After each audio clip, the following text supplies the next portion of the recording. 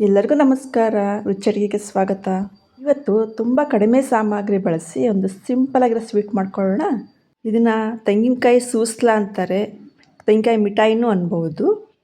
ಇದಕ್ಕೆ ಒಂದು ತೆಂಗಿನಕಾಯಿನ ತುರ್ಕೊತಾ ಇದ್ದೀನಿ. ಇಲ್ಲಿ ತುರ್ಕೊಂಡಾಗಿದೆ. ಇವಾಗ 3 ಉಂಡೆ ಬೆಲ್ಲ ತಗೊಂಡಿದ್ದೀನಿ. ಹುರ್ಗಡ್ಲೆನ ಪೌಡ್ರ್ ಮಾಡಿ ಇಟ್ಕೋಬೇಕು. ಏಲಕ್ಕಿ 2, ಸ್ವಲ್ಪ ಹುರಿದಿರೋ ಎಳ್ಳು. ನೆಕ್ಸ್ಟು ಒಂದು ಬಾಣಲಿ ಇಟ್ಕೊಂಡು ಬಿಸಿ ಆದಮೇಲೆ ನಾವು ತುರ್ದಿದ್ದೀವಲ್ಲ ಆ ಕೊಬ್ಬರಿನ ಹಾಕ್ಕೋಬೇಕು.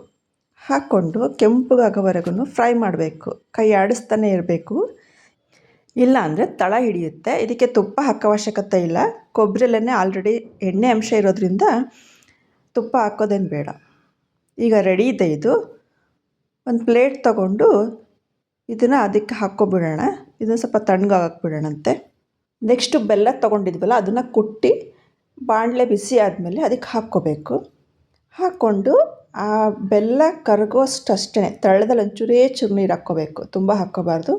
ಚೆನ್ನಾಗಿ ಕದುಡ್ಕೋಬೇಕು. ಪಾಕ ಬರಬಾರ್ದು. ಇದು ಬೆಲ್ಲ ಕರಗಿದ್ರೆ ಸಾಕು. ನೋಡಿ ಕರಗಿದೆ. ಇವಾಗ ನಾವು ಫ್ರೈ ಮಾಡಿ ಇಟ್ಕೊಂಡಿದ್ವಲ್ಲ ಆ ಕೊಬ್ಬರಿನ ಹಾಕಿ ಕಲಿಸ್ಕೋಬೇಕು. ಬೇಗ ಬೇಗ ಕಲಿಸ್ಕೋಬೇಕು.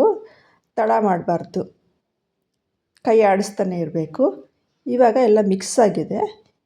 ನೆಕ್ಸ್ಟು ಹುರ್ಗಡ್ಲೆ ಪೌಡರ್ ಹಾಕ್ಕೊಳ್ಳೋಣ. ಹುರ್ಗಡ್ಲೆನ ನೈಸಾಗಿ ಪೌಡ್ರ್ ಮಾಡಿ ಇಟ್ಕೊಂಡಿರಬೇಕು.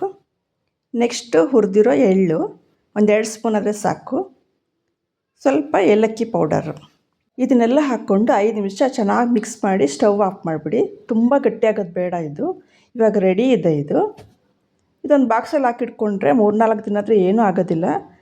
ಆರಿದ್ಮೇಲೆ ಸ್ವಲ್ಪ ಗಟ್ಟಿ ಅನಿಸಿದ್ರೆ ಸ್ವಲ್ಪ ತುಪ್ಪ ಹಾಕ್ಕೊಂಡು ಫ್ರೈ ಮಾಡಿಕೊಂಡು ತಿಂದರೆ ಚೆನ್ನಾಗಿರುತ್ತೆ. ಇವಾಗ ರೆಡಿ ಇದೆ ಇದು. ಈ ರೆಸಿಪಿ ನಿಮಗೆ ಇಷ್ಟ ಇದ್ದರೆ ಲೈಕ್ ಮಾಡಿ, ಶೇರ್ ಮಾಡಿ.